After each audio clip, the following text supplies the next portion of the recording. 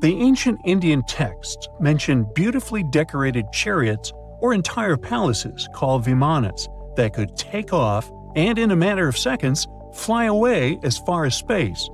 Some people believe these vimanas only existed in Indian mythology, but it's also possible that they were based on a real technology that had been lost over the centuries. According to the Vedas, ancient Indian religious texts, there was the elephant vimana with several engines and many other types named after animals and birds. There was one for local travel, one for visiting different countries, and one for traveling to the moon and various planets. They could develop a great speed. One vimana had the superpower of invisibility. Another one was shaped like a sphere and was built on the winds produced by Mercury. This vimana was said to generate an enormous ray like the sun and make noise like the storm's thunder. All the vimanas were unbreakable and perfect for attacks on foes. Now, to operate a vimana, you'd need to know a lot of stuff, pretty much like today's airplane pilots, 32 secrets in total. They'd cover the aircraft structure and the secrets of taking off and maneuvering without crashing. That's a good thing. The pilot was also expected to know how to be seen and unseen, how to be hidden, how to be quick, how to manage contractions and expansion, and many other tricks.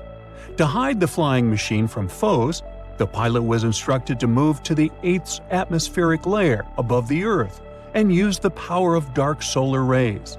This instruction might sound a bit weird, but there were others, more realistic ones, which still make sense in modern aeronautics. There are sections of ancient texts on the vimanas that focus on details like flight paths, pilot training, navigation, and even suitable clothes for pilots and recommended food for long flights. There was also a lot of technical detail about the use of heat-absorbing metals, the metals utilized, and melting points. The supporters of the theory that the vimanas were more than just myths are sure that the ancient Indians would unlikely go into all these details just for a beautiful story. So, the flying palaces might have been real and way ahead of their time, like many other great Indian inventions.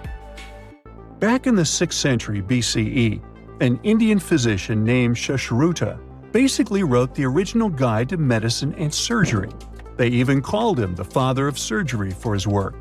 Sushruta laid down the details on hundreds of medicinal plants and described complex surgical procedures. He gave instructions on nose reconstructions and skin transplants from one part of the body to another. The original method of rhinoplasty, which involved taking a piece of skin from the forehead to reconstruct the nose, is still used today. But back then, it had a slightly different purpose than surprising your followers on social media. Those nose jobs helped out folks who had lost their noses as punishment for crimes or in fights. Now, you gotta thank an ancient Indian math prodigy for the invention of zero. It might not seem like a big deal, but without it, we would have no binary system and no computers. People before the 5th century CE were only thinking about some sort of a sign to indicate nothing. The invention made addition, subtraction, and other mathematical operations a whole lot easier. You can see the oldest zero in existence carved in the wall of a temple in Gwalior, India. The Indus Valley Civilization was using rulers in 1500 BCE and earlier. Made from ivory, these rulers were found during excavations in what is present-day Pakistan and northwestern India. They were widely used in architecture with amazing accuracy. They had units corresponding to slightly over 1 inch that were marked with precise subdivisions within 5/1000ths of an inch. The next invention is more of a concept than a physical item. Standardization is all about setting the rules based on a bunch of people, things, or interests. One of its cool applications that we've all gotten used to is standard weights. Whether you're using pounds or kilograms, you need these universal measurements for weight, right? For this, we owe a big shout-out to the merchants from the Indus Valley Civilization who lived around 4,000 years ago. They were measuring everything from food grains to fancy luxury goods using these standardized weights. And their weights had decimal and binary mathematical systems going on. They didn't have high-tech gear. but they pulled off some serious precision using complex calculations and even sand for construction. Their art of standardization made its way to Persia and Central Asia, basically becoming the global weight-watching standard. So if yoga is your go-to exercise, you definitely have a personal reason to appreciate the ancient Indian geniuses. Over 5,000 years ago, during the rule of the Indus Sarasvati civilization in northern India, yoga was first mentioned in the Vedas. Yoga was refined and shaped over the centuries until it grew into a massive teaching with over 200 sacred writings dedicated to this way of obtaining enlightenment. At the beginning of the current era, yoga got a new trajectory thanks to a Hindu writer who laid down a system of yoga in his text, the Yoga Sutras. It became a whole-body rejuvenation, a life-extending practice with poses that you are still doing on the mat today. Yoga has reached the Western world only in the 19th century, and it caught on like wildfire. Chess, the all-time top game for intellectuals, is also an Indian invention. Its ancestor was called Chaturanga, and it was a strategic board game that started gaining popularity around 3,000 years before the current era. This early Indian version of chess was played by 4 people, not 2, and had 64 squares. Each player had 8 pieces, ranging from pawns to kings, bishops to knights, and there was no standard 6-faced dice. They rolled with an oblong one. Players facing off were actually allies, forming 2 teams based on the direction they sat. Chess, that we know and love today, was first mentioned in ancient Indian literature in a legend. It said that the wife of a villain called Ravana had invented the game to amuse him. Now, the word shampoo comes from the Hindi word, which means to soothe or knead. The substance was invented in India in 1762 and was originally used for head massages, hence the name. The first shampoo was made of natural oils and herbs. British traders fell in love with the idea and brought it back with them to England. It took years for the original head massage oil to evolve into shampoo as we know it today, but it's still an Indian invention. Unlike the ancient Greeks, who wore animal skins, the Indians started cultivating cotton back in the 5th and 4th centuries before the current era. They used cotton threads to produce fabrics that soon became a huge hit in the Mediterranean and beyond. Jute and wool also have their origins in India. Cashmere, the finest and most exclusive type of wool, actually comes from the Kashmir region of India. Buttons that sit proudly on that cashmere cardigan of yours also have ancient Indian origins. Some 5,000 years ago, the Indus Valley civilization started cutting seashells into geometric shapes with tiny holes in them. First, they were just decorations, but then people started using them to fasten clothes. Now, when you think about radio communication pioneers, Marconi's name usually steals the spotlight.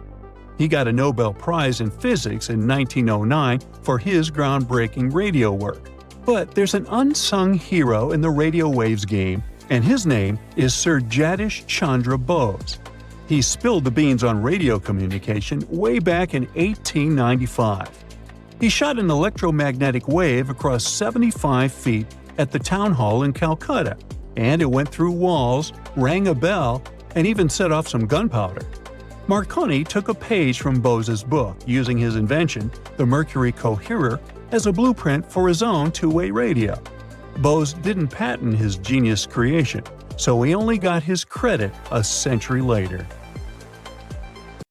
A strange lake appeared in India 52,000 years ago. It was formed here literally out of nowhere. I recall it was a Wednesday. Anyway, for tens of thousands of years, people came up with various scary stories about the lake. Some locals believe this place was cursed. Others think that the lake's bottom hides the gateway to the underworld. But those are all legends. The real reason for the appearance of this Lonar Lake is even more surprising. At first, scientists were sure that the lake was an ancient crater of a long-extinct volcano. It's in a balsam field made of 65-million-year-old volcanic rock. But then, geologists conducted a detailed analysis of the soil and water, and found that Lonar Lake had a space origin. Geologists found a unique glass inside the lake that forms only with a strong impact and energy release. 52,000 years ago, a huge meteorite weighing 2 million tons fell into this place. It was almost 6 times heavier than the Empire State Building. The striking power was so high that the volcanic rock melted and turned into glass. Perhaps the bottom of this lake still contains particles of this giant meteorite that flew to us from the distant space depths. Okay, we have a lake created by a space object more than 50,000 years ago. But even this is not the strangest thing about it. In 2020, the locals noticed that Lonar Lake had turned pink. In just a few days, the salt water mysteriously changed its color. Biologists and geologists immediately took water samples to the Scientific Research Center. The detailed analysis showed that the water contained an increased level of unique microbes. They accumulate on the surface and emit some pink pigment. Soon these microbes settled to the bottom, and the lake became transparent again.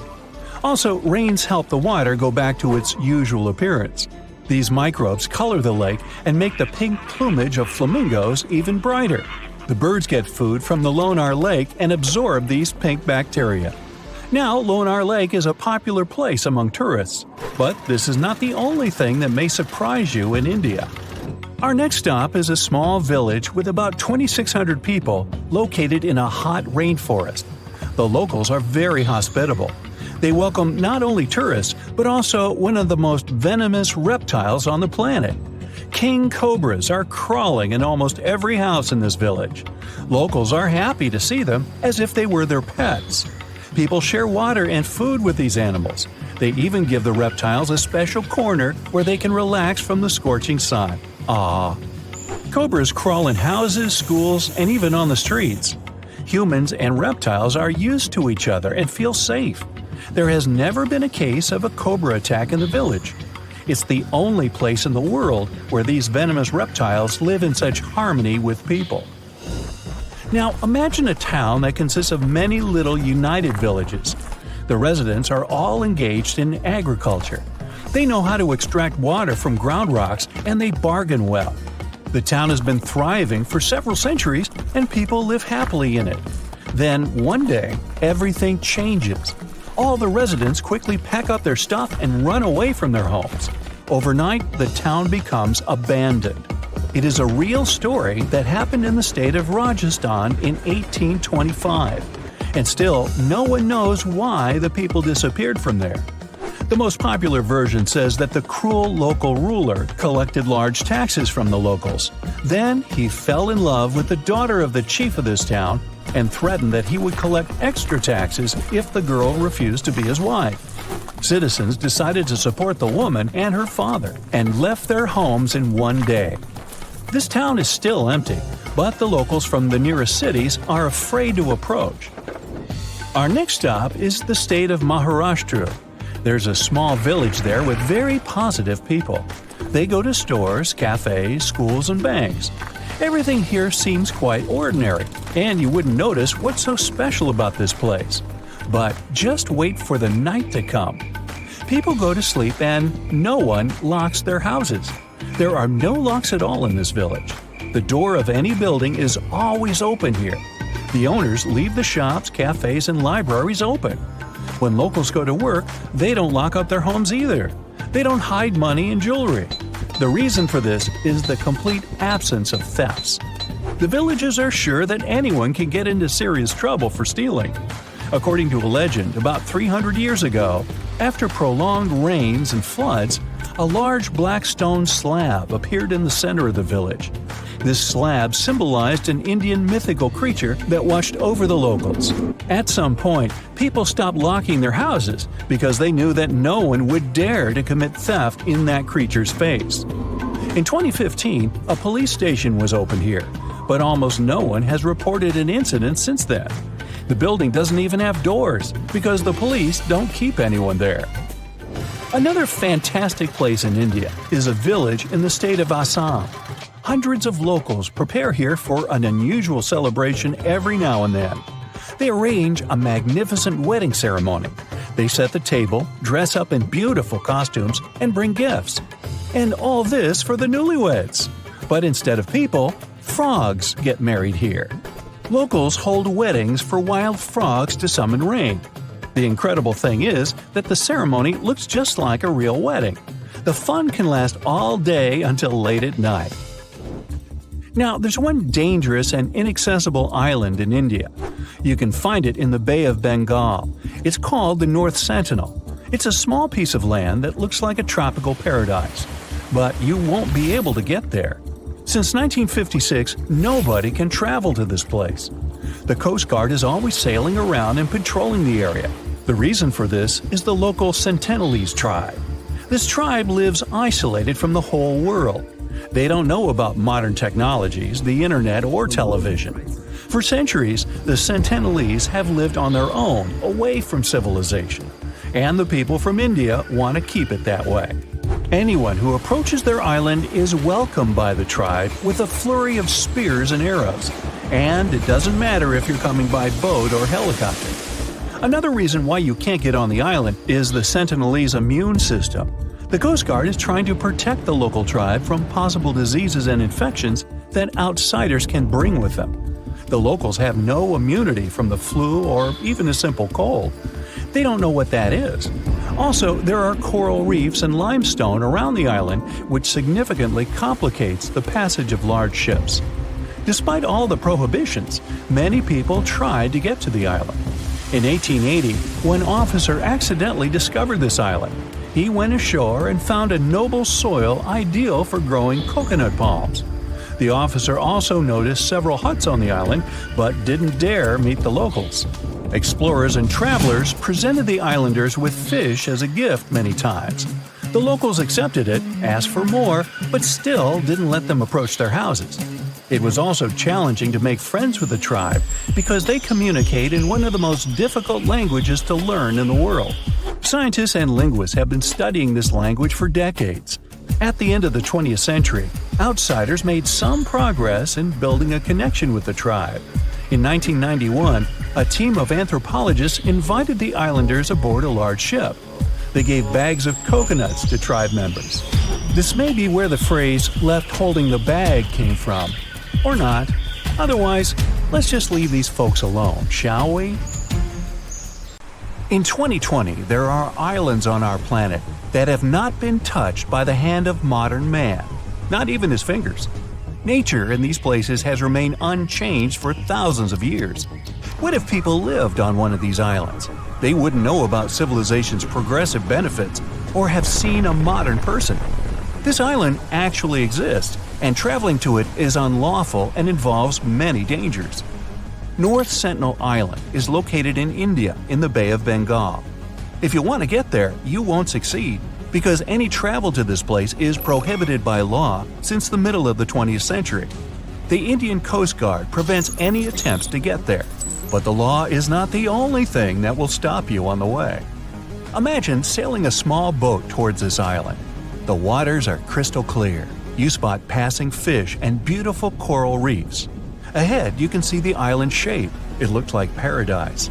You're so impressed by the beautiful view of this place that you don't notice a few dots appearing on the shore.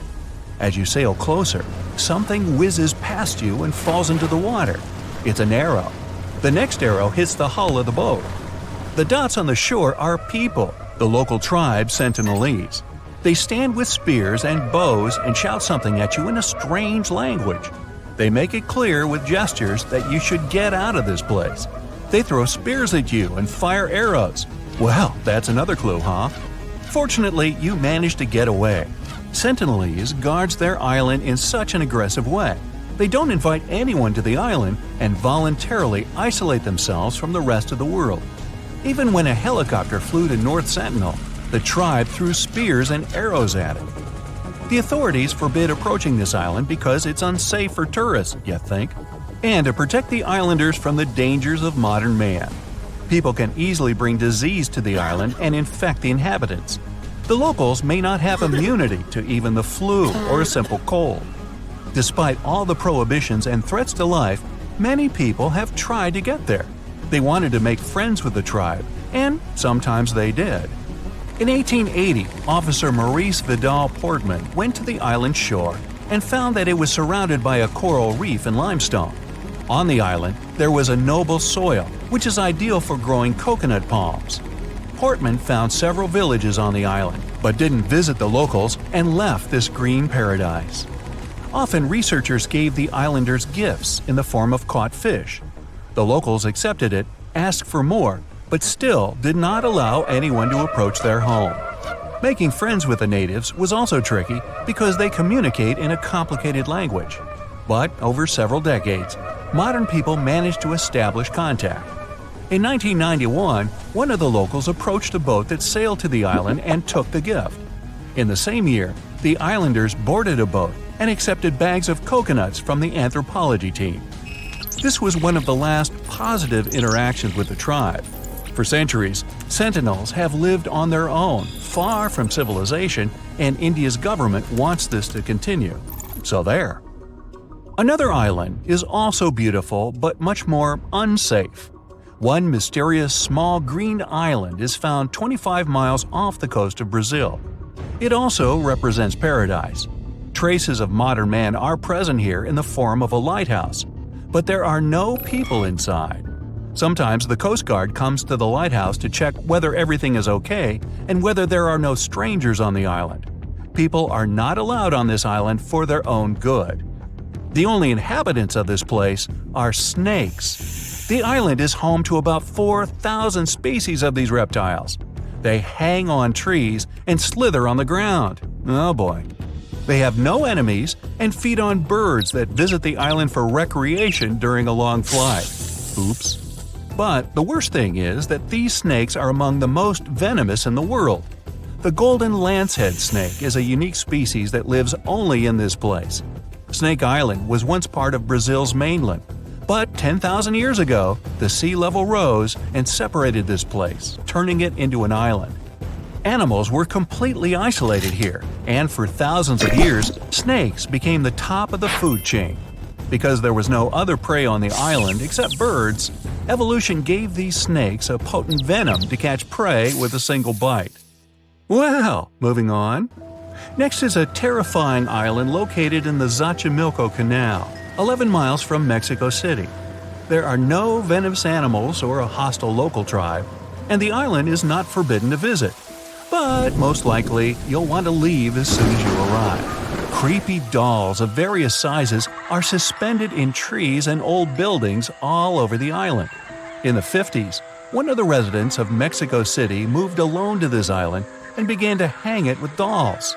For decades, he decorated this place, although it's difficult to call it decoration. He found dolls and dumps in canals around the island. The hanging dolls looked rather strange and attracted many tourists. But over time, the dolls got older. They were covered with moss, turned green, and rotted. The dolls' faces have deformed and taken eerie shapes. But the worst thing is that the locals say they've seen these dolls come to life at night. Ew. Now for Bovit Island, one of the most mysterious islands in the world. This island is the most isolated place in the world. It's located in the South Atlantic Ocean, 1,600 miles away from South Africa and 1,100 miles from Antarctica. A perfect location for an introvert. It's challenging to reach the island, and typically you can only do so from some large ships passing by. Almost the entire island is covered by a glacier, and in its center lies a volcanic crater. The only permanent residents of the island are penguins and seals. The island was discovered by a French explorer in 1739. However, the coordinates of this place were not recorded. For the next 69 years, the island was hidden. In the early 19th century, it was finally rediscovered. But a human foot came ashore only in 1927. Hopefully, it was still attached to some explorer. In the mid-20th century, people decided to build a weather station there.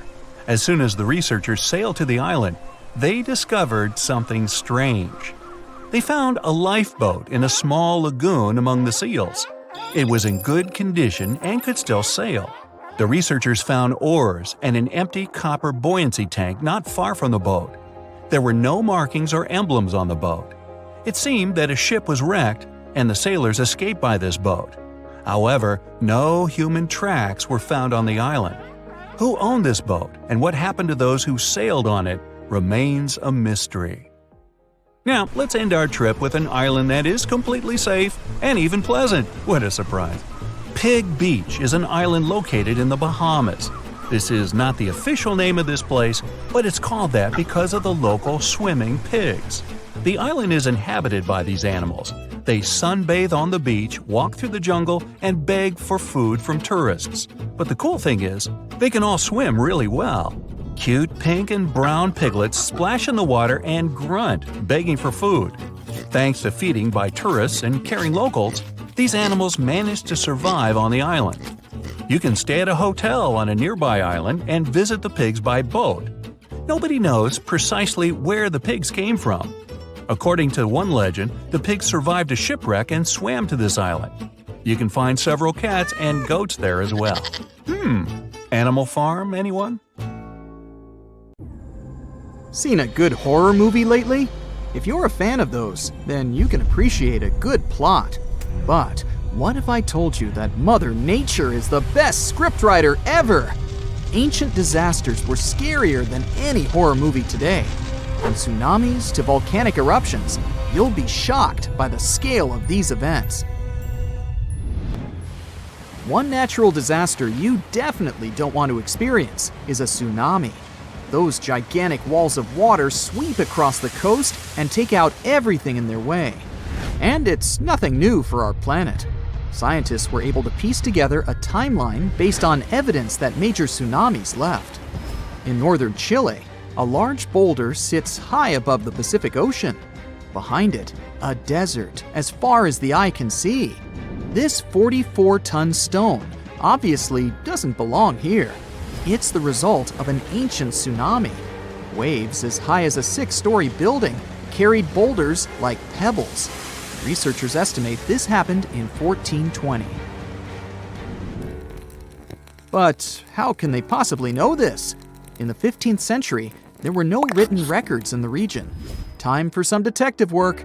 Archaeologists discovered that around the same time, there was a tsunami in Japan, on the other side of the Pacific Ocean. The ground shook off the coast of Chile. That's how the tsunami was created. Then the wave traveled nearly 2/5 of the Earth's circumference. That's one tireless tsunami. But this wasn't a one-time event. Evidence suggests that a similar event happened 3,800 years ago. Ancient people abandoned their coastal villages around this time. They were moving inland. How did they know it was time to go?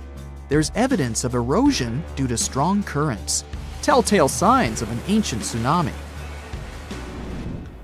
As you know from school textbooks, oxygen is 21% of the air we breathe. But it wasn't always a part of Earth's atmosphere. Oxygen was missing during the first half of our planet's lifespan. Carbon dioxide and methane were the name of the game back then. CO2 is what makes our drinks fizz. But isn't the other gas dangerous? Yes, because you can't smell methane.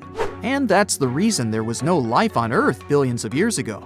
So how did we get from methane to oxygen? In come the cyanobacteria. This group of microbes started to evolve some 2.7 billion years ago. These tiny microbes mastered photosynthesis, converting sunlight into energy. And the byproduct of this process was, you've guessed it, oxygen. Soon it started escaping from water into the atmosphere. There, it reacted with methane, and over time, O2 replaced it completely. Scientists named this process the Great Oxidation Event.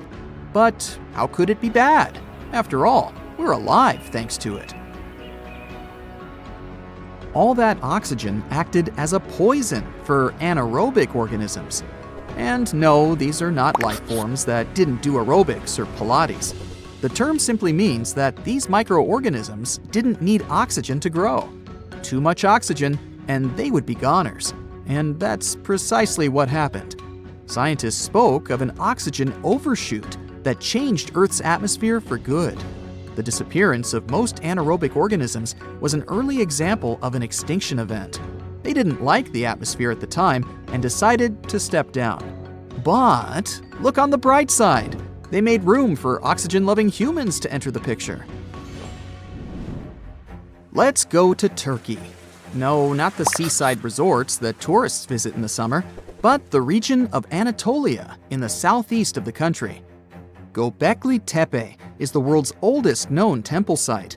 It dates back to the Neolithic period.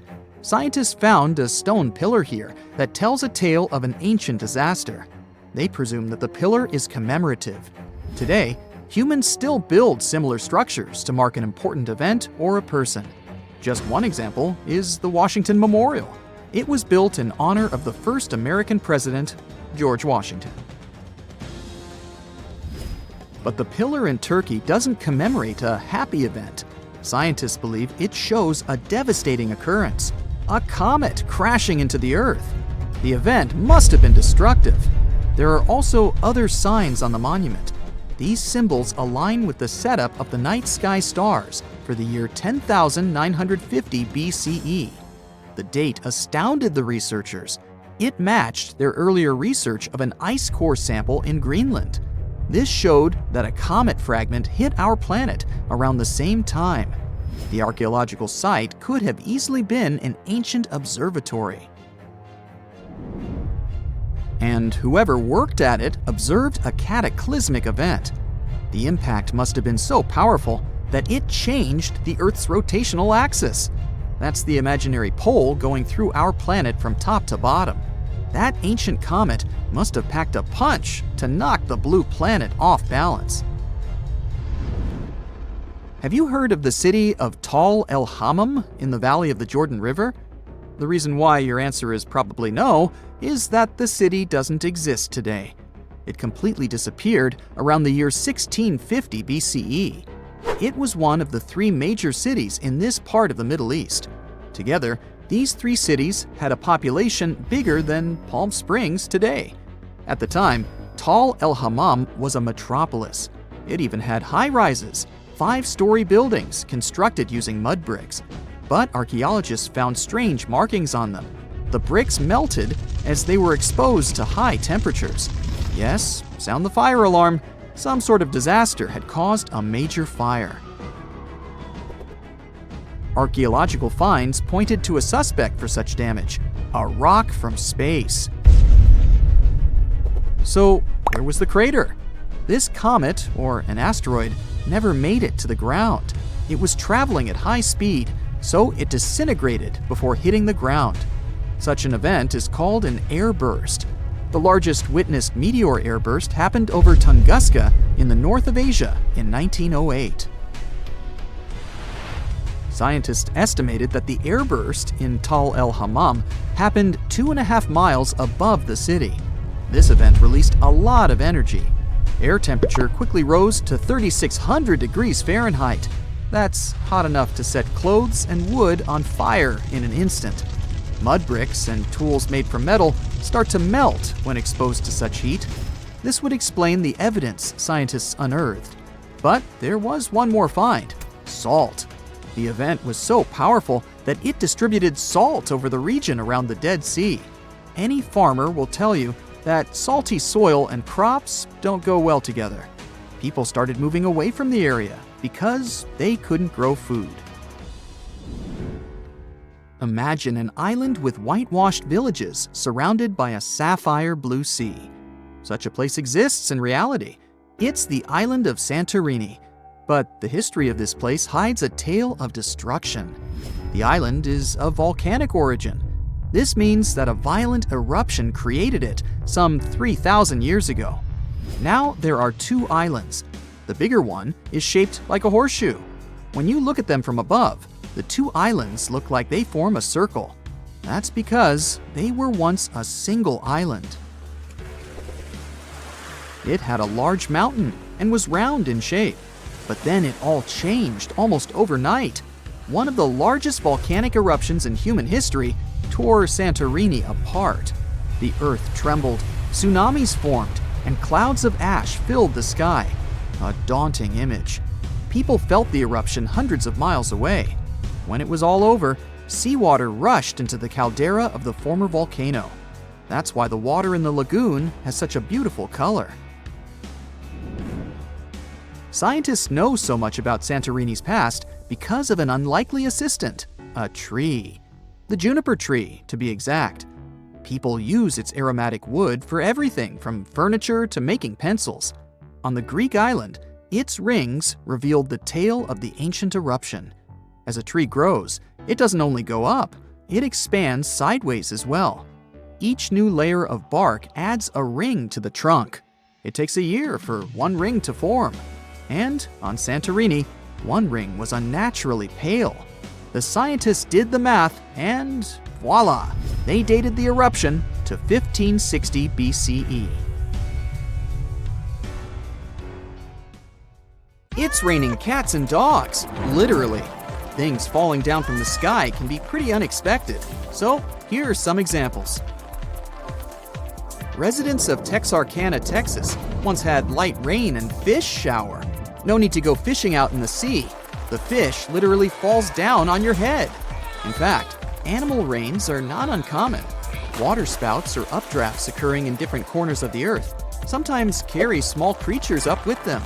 Those could be crabs, frogs, or indeed, fish. A water spout is generally a whirlwind that picks up water and grows in size until it connects the surface of the water and the clouds. Lightweight critters living close to the water surface often get caught in the vortex and carried up and away. Thunderstorm clouds are constant companions of waterspouts too. When the storm reaches a landmass, it starts slowing down, having nowhere to take the new energy from. It slowly subsides, the atmospheric pressure drops, and the thunderclouds release the water in them, along with the unfortunate small animals and fish. Sometimes it's just a few frogs frozen from the cold up above, but at other times it could be hundreds or thousands of creatures raining down upon the land. A much more unusual rain once happened in Oakville, Washington, and it's still waiting for someone to explain it. The rain clouds looked perfectly normal, but the rain they released was anything but. Translucent jelly-like blobs fell on the town, covering a total area of about 20 square miles. Each of them wasn't larger than a grain of rice. Researchers who studied these raindrops claimed that the gooey blobs contained human white blood cells. Some believe they might have been evaporated jellyfish, resulting in rain, or waste from a commercial airplane. Now this kind of rain is what I'd like to see someday, a money shower. One such event occurred in a small town in Germany. A woman was driving when she suddenly saw banknotes swirling down from the sky, so she hit the brakes. She went out of her car and later said she managed to collect quite a large amount of money, after which, as any responsible citizen should, she turned it over to the police. Strangely, when the officers came back to the scene with the woman, they couldn't find any more cash, although she claimed she hadn't been able to collect everything. There's still no explanation for the event, but certainly no water spout could have caused that. A pretty unpleasant kind of rain happened back in 1876 in Olympia Springs, Kentucky. It was a very local kind too. Mrs. Crouch said that she had been making soap outside her home when pieces of raw meat suddenly started falling down from the sky around her. Some of those chunks were pretty massive, reaching over 3 inches in diameter. Local newspapers reported that 2 people who decided to remain unknown tasted the meat and concluded it was mutton or venison. Months later, scientists decided to find out the truth behind the strange event. It became a matter of heated debate until one of the researchers came up with the most reasonable conclusion. The meat rain must have been caused by vultures flying over the town at the time. These birds sometimes regurgitate food right in the middle of their flight as a defense mechanism, or to make their bodies lighter to fly faster. And that must have been what happened right over Mrs. Crouch's house, unfortunately. Something totally inedible, but no less sinister, rained down on several villages in India in the middle of May of 2022. Huge black and silver metal balls started dropping from the sky, the first one weighing over 15 pounds. Astounded residents watched in shock as it hammered the ground, scattering pieces of itself across the nearby fields. Similar balls later fell in the other 2 neighboring villages.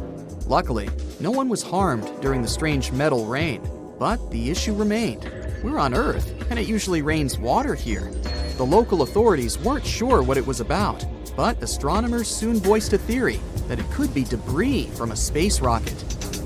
One that fits the description had launched in September of 2021, aiming to put a communications satellite into orbit.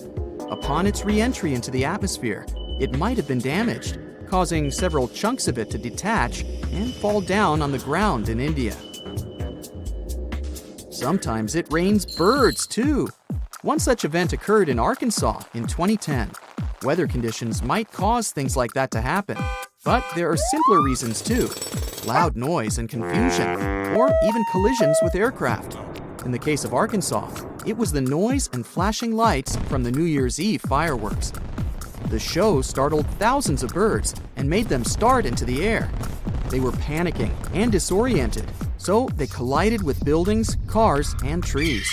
Many of them eventually fell to the ground, making lots of people believe it was actually raining birds. Now, if anything could startle me out in the sky, it's a rain of spiders. And if you wonder whether it's a real thing, well, yes, it is. In Australia, spider rains actually happen quite often. They even have a name for this: ballooning. It goes like this. Spiders that can balloon climb up trees and tall bushes, trying to reach the highest point available in the area. When they've climbed up to the very top, they spin their web in such a way that it allows them to be carried by the wind. And there it goes, clutching the strands of the web with its tiny little feet. The brave spider lifts off into the air and flies to whatever awaits it out there.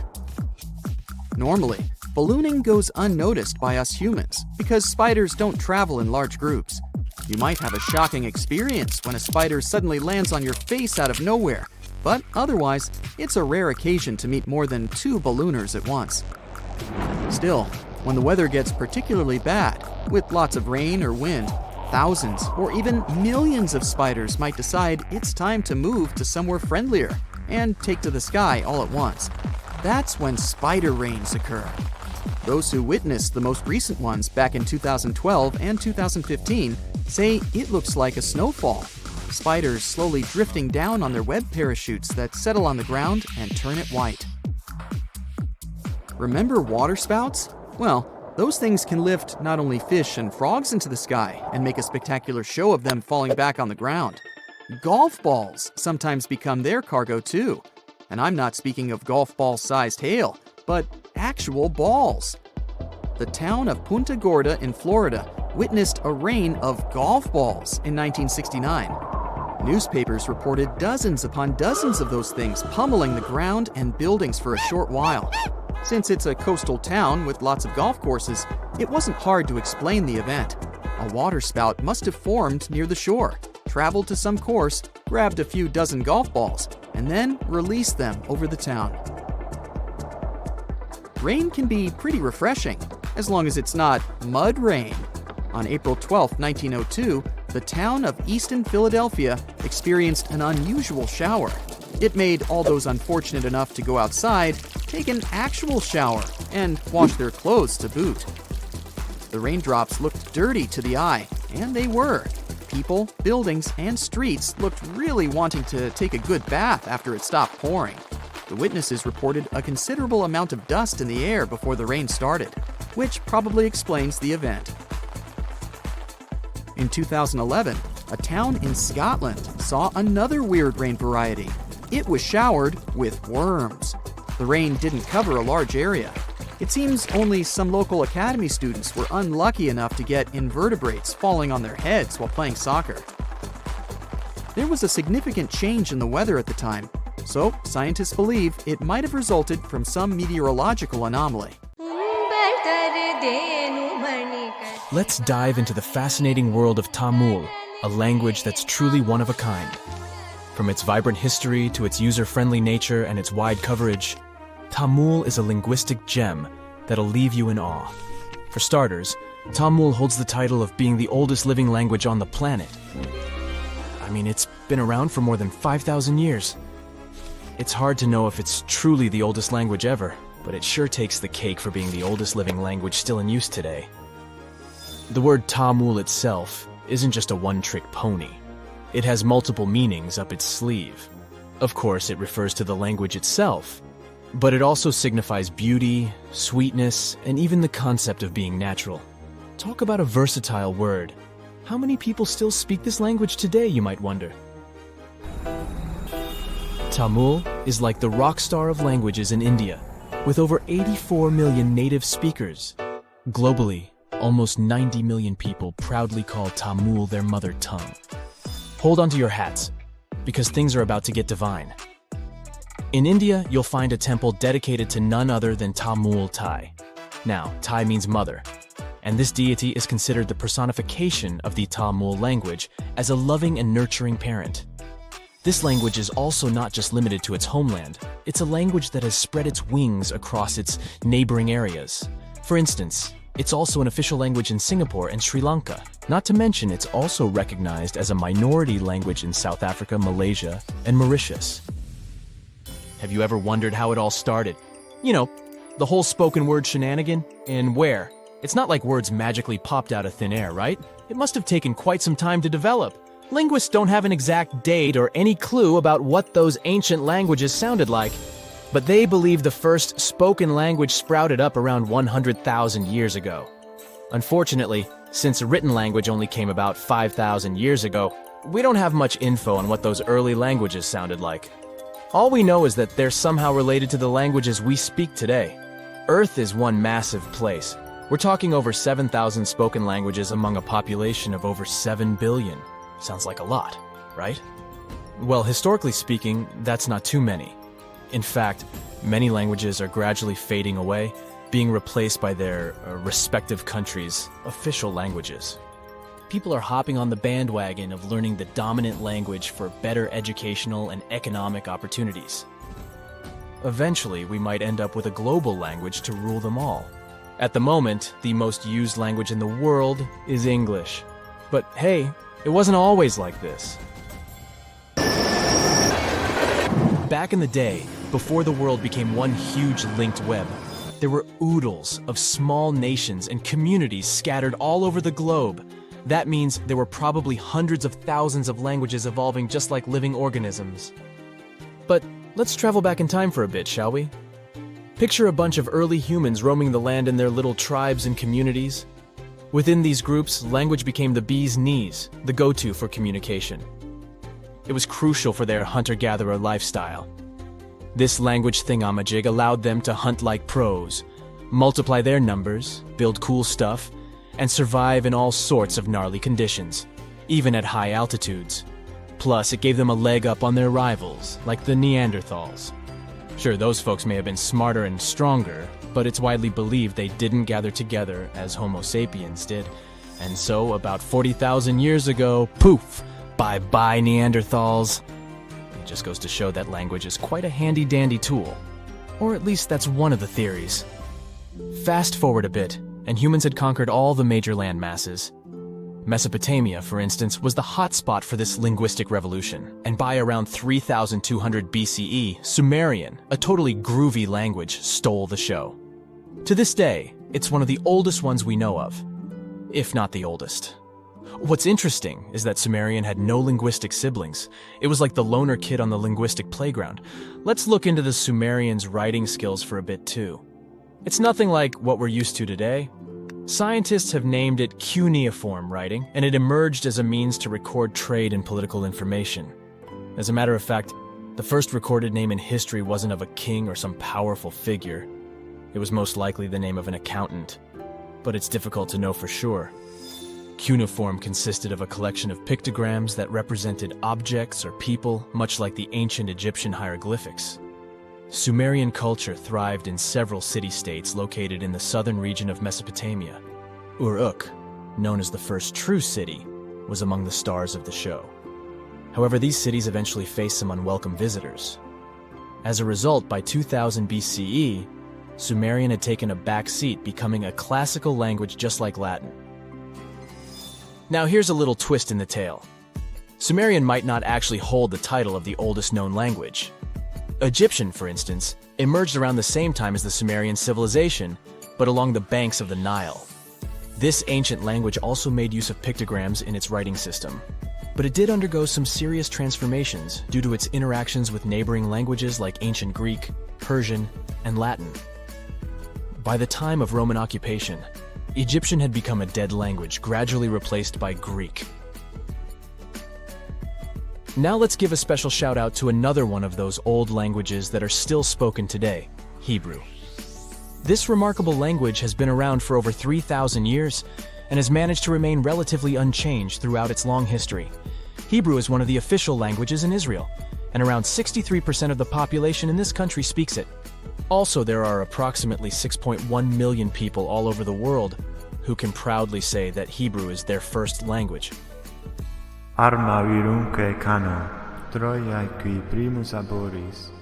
We can't finish up this list without mentioning the amazing Latin language. It all started in this place called Latium in the old Roman Empire, and that's how it got its name. Back in the day, Latin was the fancy language for all well-educated folks. But here's a fun twist. The Latin of yesteryear was a bit different from what we can check out in ancient books today.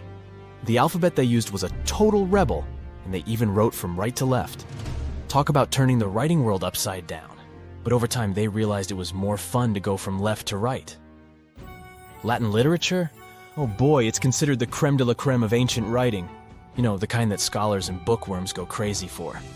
If there were an Oscar for ancient literature, Latin would be cleaning up all the awards. Latin was also like this ancient influencer. It's been around for so long that it has influenced a bunch of modern languages. Many English words are either straight up taken from Latin or have been heavily influenced by it. More so, Latin has even spawned a family of languages called Romance languages. No, not about love stories, chocolates, and flowers. Romance languages are the offspring of Latin, thanks to the not-so-gentle nudge of the Roman Empire. We're talking about languages like French, Spanish, Romanian, Portuguese, and Italian. But here's a bummer. Latin is considered a long-gone language. It's frozen in time, like a linguistic time capsule. While living languages like English keep changing and growing, Latin is stuck in the past. It had its transformation and alteration phase when it was still spoken, but now it's just enjoying retirement in the linguistic retirement home. Regardless, Latin still sneaks into our daily lives without us even realizing it. You know when someone asks you the time and you say it's 4 p.m., well, guess what? You're speaking Latin. PM stands for post-meridiem, which basically means after midday. And AM? That's ante-meridiem, meaning before midday.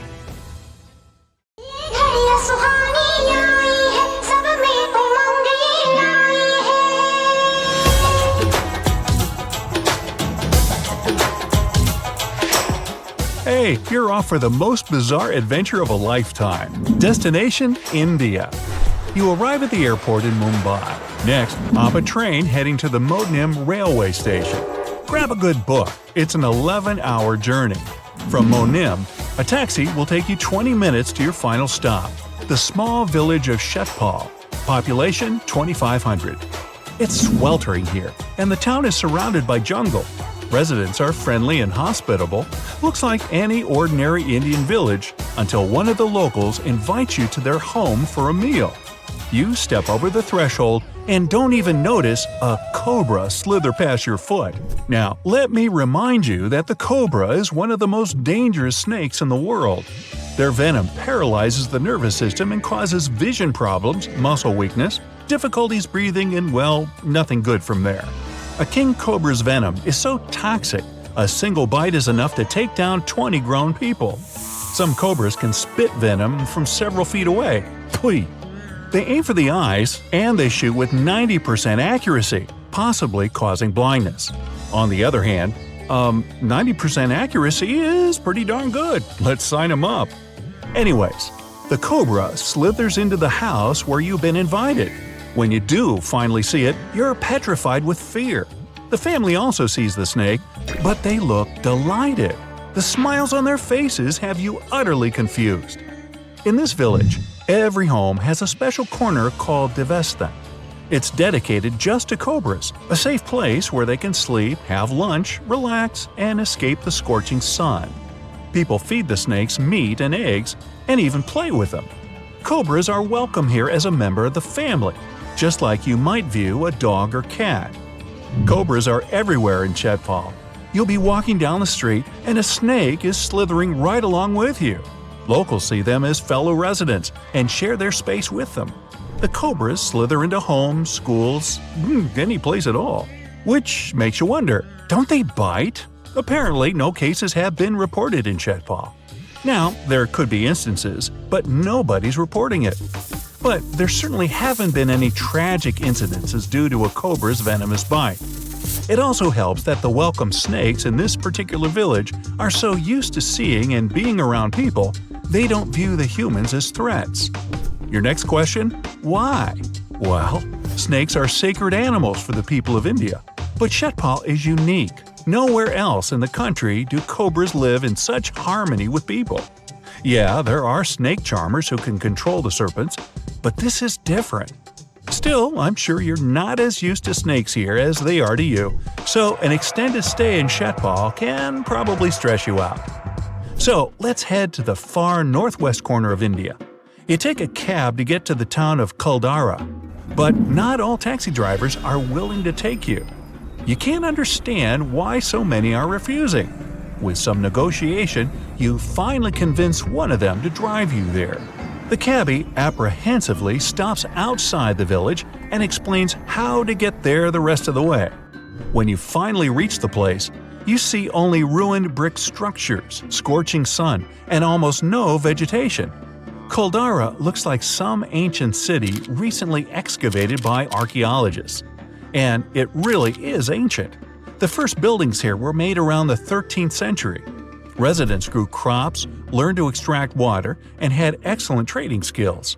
It was rich in natural resources, valuable underground gypsum rocks and minerals. This place had been flourishing for centuries. But everything changed in 1825. One night, the locals just packed up everything they could carry and left their homes. The thriving city became abandoned in the blink of an eye. The mysterious thing is, no one knows why. According to one theory, the city's water supply had run dry. But that couldn't possibly force residents to flee their homes in the middle of the night. The most popular version says that a cruel local statesman fell in love with the city chief's daughter. The statesman threatened to raise the already outrageous high taxes if the girl refused to marry him. He gave her 1 day to make a decision. Concerned residents decided to support the girl and her father and secretly left their homes one night. Now this place is considered a center of bad energy. People believe the inhabitants cursed the village before they left so that no one could ever live there again. The locals are afraid of this place and try to avoid it. But it still attracts tourists. You just can't stay long after a brief walk through the abandoned city. Our next stop is the village of Shani Shingnapur. As soon as you arrive here, you immediately feel the local inhabitants' positive and kind mood. There are stores, cafes, schools, banks, nothing out of the ordinary for a small town. But the strangest thing about this village is that there are no locks. Some buildings don't even have doors or windows, including people's homes. Owners don't lock their stores at night. Goods sit on shelves perfectly open for anyone to come in and take. When residents leave their houses, everything, their personal belongings, valuables, aren't locked up whatsoever. But here's the thing, there's no theft in the village either. Why? The villagers believe that anyone who tries to steal or get into trouble will be blinded by the local deity that protects the village. The legend goes, about 300 years ago, a large black stone slab washed ashore on a nearby river after a severe rainstorm and flood. That night, the head of the village had a dream in which the deity Shani appeared to him. Shani said that residents had to put the rock in the center of the town, and he'll forever protect the people. But on one condition, they could build no walls or roof around the sacred object. It should be out in the open for Shani to keep his watchful eye. After the stone was placed in the village square, the residents decided to remove the locks from their homes. They no longer needed them because they believed in Shani's protection. They don't hide money or jewelry. Public restrooms are covered with only one thin curtain. In 2015, a police station appeared here, but no complaints have been received. There are no doors at the police station either. Our final destination is Rajdoi. If you come here at the right time, you'll notice that hundreds of villagers are preparing for an unusual celebration. Children, adults, the elderly, everyone helps organize a magnificent wedding ceremony. Residents set an elaborate table with food, decorate the temple where the event will take place, and bring gifts to the future newlyweds. The mood is cheerful as you'd expect. The usual wedding ceremony begins, but there's one little oddity. The bride and groom are frogs. Yep, locals hold weddings for frogs so that rain will come. The most amazing thing is that they prepare for this ceremony as if the happy couple were humans. The fun can continue until late at night. I'll betcha.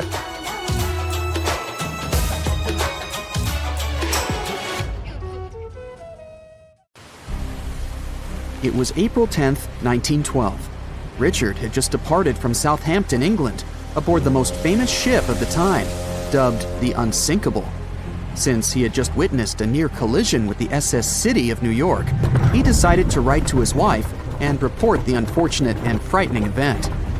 "My dearest Sal," he wrote, "we got away yesterday after a lot of trouble." Little did he know that a mere 4 days later, both his pen and the ship he was on would be lost forever at the bottom of the North Atlantic Ocean. Was this some sort of bad omen? Did Richard actually foresee what was about to happen to the ship he was on? In case you haven't figured it out by now, Mr. Richard Geddes was aboard the Titanic on the day that he wrote the letter to his wife. On April 14th, 1912, the ship seemed to have been lost forever. Along with it, so many secrets and treasures have settled at the bottom of the ocean. It took until 1985 for the Titanic's wreck to be finally rediscovered using state-of-the-art sonar technology. Ever since then, they've managed to recover thousands of items from the Titanic, and many of them went on display or auction. Things like jewelry, a life jacket, a menu from the ship's restaurant, or even a sample square of carpet from the first-class stateroom have all captivated the public's attention, just like the many stories of the people on board. Scientists have even tried to come up with strategies to get the Titanic back up altogether to properly study it and stop it from getting more and more damaged at the bottom of the ocean. Some have suggested filling the wreck with ping pong balls to make it float, while others even considered injecting it with 180,000 tons of Vaseline. Another idea was to use 450,000 tons of liquid nitrogen to trap it in an iceberg that would float to the surface. But they eventually had to let go of all these potential strategies since the Titanic is way too fragile to ever be recovered. The Titanic may be one of the most interesting ships lying at the bottom of the ocean, at least in popular culture, but deep-sea divers have a lot of other stories to share. Planes also sometimes find their way to the bottom of the ocean. Deep-sea divers in Oahu, Hawaii, came across the wreckage of an F-4U Corsair plane. It seems to have crashed into the ocean in 1946, as it didn't have sufficient fuel. If you can dive deep enough, you might even stumble upon statues and lost artifacts, like those found in the world's only underwater archaeological park off the coast of Naples, Italy. It features the ruins of the ancient Roman city of Baia. The underwater statues found here are breathtaking, to say the least. In an ironic twist of events, some of the equipment we intended to use to get us to the moon was lost at the bottom of the sea for a very long time. But how did that happen? Beginning from the late 1960s and ending in the early 70s, many Apollo rockets were launched to orbit the Earth and the Moon. When reaching altitudes of about 38 miles, the first portion of the spacecraft, including the engines, needed to separate. People thought these components got destroyed or lost forever. But were they really? In 2012, a team of specialists discovered a bunch of rocket engines 14,000 feet off the coast of Florida. They have since gone through a 2-year renovation plan and are now on display at Seattle's Museum of Flight. Can you imagine stumbling upon a whole city underwater? Back in 2001, a lost city was discovered in the Gulf of Cambay, off the coast of India.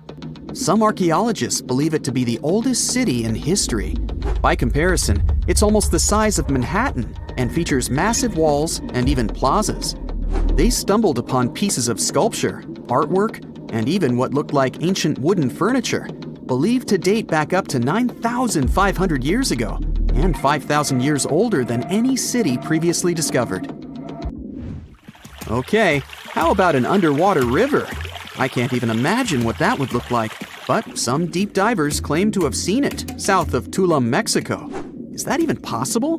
Well, not really, since the Cenote Angelita Cave is not a true river, but a very special type of optical illusion. It's formed by a halocline, meaning a cloud of hydrogen sulfide at the bottom of this underwater cave. Turns out you can actually swim right through this cloud, which makes you feel like you're swimming through a flowing body of water. Not all things discovered underwater are inanimate objects. Some of them are actually quite scary sea creatures. A jellyfish might not be on your list of things to look out for if you can avoid the stings. But this giant one, also known as a lion's mane jellyfish, is the largest known species of its kind. In all fairness, you'll only uncover it if you happen to dive into the waters of the Arctic, Northern Atlantic, and Northern Pacific Oceans. You surely won't miss it, since it stretches across 120 feet from the top to the bottom of its tentacles. When it comes to deep-sea diving, a lot of people are looking to discover some lost treasure. One diver was lucky enough to have hit the literal jackpot when he came upon nearly $1 million worth of treasure on the bottom of the seabed. That was back in 2015, when this lucky diver was swimming just off the coast of Florida. What did he find, you might ask? Well, about 51 gold coins, 40 feet of gold chain, and a rare single coin that was tailored for the King of Spain, Philip V. Speaking of people looking for lost treasures, divers also sometimes found pirate ships. They discovered one of these pirate shipwrecks in 2015 off the coast of Colombia. It dates back to the 18th century. The value of this forgotten ship was estimated to be between $4 billion and $17 billion, as it contained treasures, precious stones, gold, and countless other really valuable items. By comparison, a whole island in the Bahamas is up for grabs at $75 million. A computer is the last thing you'd ever expect to discover underwater, right? And this was no regular computer, but an ancient one. And yet, someone stumbled upon it between 1900 and 1901 on the spot of a shipwreck located off one Greek island. Researchers believe this weird stone contraption to be the earliest form of a computer. It was designed to serve many purposes, such as predicting astronomical positions and eclipses on the calendar. Since humanity lost most of the technology used back then, it was wonderful to rediscover it so many years later. It let us piece together many of the ancient Greeks' accomplishments. The computer is now at the National Archaeological Museum of Athens, should you ever want to check it out in person. This has to be one of the most mysterious places on Earth. It's called the Mariana Trench, and it's the deepest part of the Earth's oceans. We really don't know how deep it is, since it's so difficult to measure, but it's somewhere around 7 miles deep and 5 times longer than the Grand Canyon. They first studied this massive underwater hole back in 1875 using a weighted rope. Back in 2012, a Canadian film director named James Cameron reached the bottom of the trench in the submersible vessel Deep Sea Challenger. Some of the most bizarre creatures on the planet call this place their home, including the Dumbo octopus, the sea cucumber, and the goblin shark. The Mariana Trench took its name after the nearby Mariana Islands, which are named Las Marianas in honor of the Spanish Queen Mariana of Austria. Oh, gravity, you heartless so-and-so. Well, that's what I think when I trip over a stone and fall face down. Of course, I'm not clumsy, you know. Anyway, gravity is a constant, right? Something entirely unshakable that we can always rely on in this ever-changing world. Unlike, love. Feeling romantic, sorry. But what if I told you that it's not as honest and clear as you think? There are places on our planet where gravity behaves like it's gone crazy. And that's why you clicked here. So let's take a look. Magnetic Hill in Leh, India. There's a stretch of road in India that's been attracting tourists from all over the world. It's no different looking from the surrounding landscape, and you could easily pass it by without noticing, if not for one very unusual and a bit creepy thing. If you stop your car on the magnetic hill going up the slope and put it on neutral, it'll start crawling upwards, eventually reaching the speed of up to 12 miles per hour. They say there's some sort of magnetic force at work here that tugs cars up the hill, hence the name. On top of that, even airplanes are said to gain altitude above this place. Skeptics offer another explanation, though. It's just the lay of the land that creates an illusion of going upwards, while in fact you're moving down the hill, and vice versa. Whatever the truth, I'd like to see it for myself. Would you? Tell me down in the comments. The Crooked Forest, Poland. Near the village of Nowa Czarnowo, there's a forest in the depth of which you can find a strangely looking pine tree. Planted in the 1930s, there are 400 trees that sharply twist to the north almost at the roots, and then grow upwards in a semicircle. Although scientists offer different theories about the tree's weird growth, nobody can say for sure what made them look like that. Some say it's people who did it, while others believe it's a gravitational anomaly that somehow pushed the trees down. The trouble with this version, though, is that it would have had to stay there for years, and that only affected the trees. Still, no certain explanation exists anyways, so who knows? A waterfall, Faroe Islands. Ever seen an upward-moving waterfall? You can have a look at one on the Faroe Islands, halfway from Iceland to Scotland. But if you were expecting me to tell you an unbelievable story about a mysterious force pushing the water up the rock, then sorry, no such thing here. The truth, however, is quite jaw-dropping anyway. The winds in this place are so powerful that they lift the water and throw it back up. I guess it was this kind of wind that allowed Mary Poppins to travel on her umbrella. Sounds good. In fact, this waterfall is not unique. There are several more places on Earth where winds create an illusion of defied gravity. For example, there's the Kinder River in England that has a waterfall constantly struggling with the wind.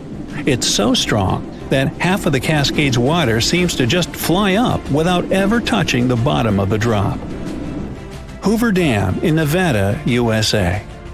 If you ever get up to the top of the dam, which is about 726 feet high, you can try a little trick. Take a bottle of water and pour it over the edge. You'll see the water flow up instead of spilling down. Once again, this isn't really any magic or unnatural phenomenon. The wind up here is simply too strong for the water to fall, just like with the waterfall on the Faroe Islands. Here though, it looks even more impressive since you can do it yourself. Dokkaebi Road, South Korea. Another gravitational anomaly located on a road. Locals once found out that if you put an empty can or a bottle on the ground, it will immediately start rolling uphill. Unlike other such places in the world though, Dokkaebi Road doesn't just create an illusion. When you walk down the slope, you don't feel as if you're going up. Everything's pretty normal. But once you put down an object that can roll, it will do that in the opposite direction than it should. Local authorities were quick to get the idea and put a signpost directing curious tourists to the mysterious road. Golden Rock, Burma.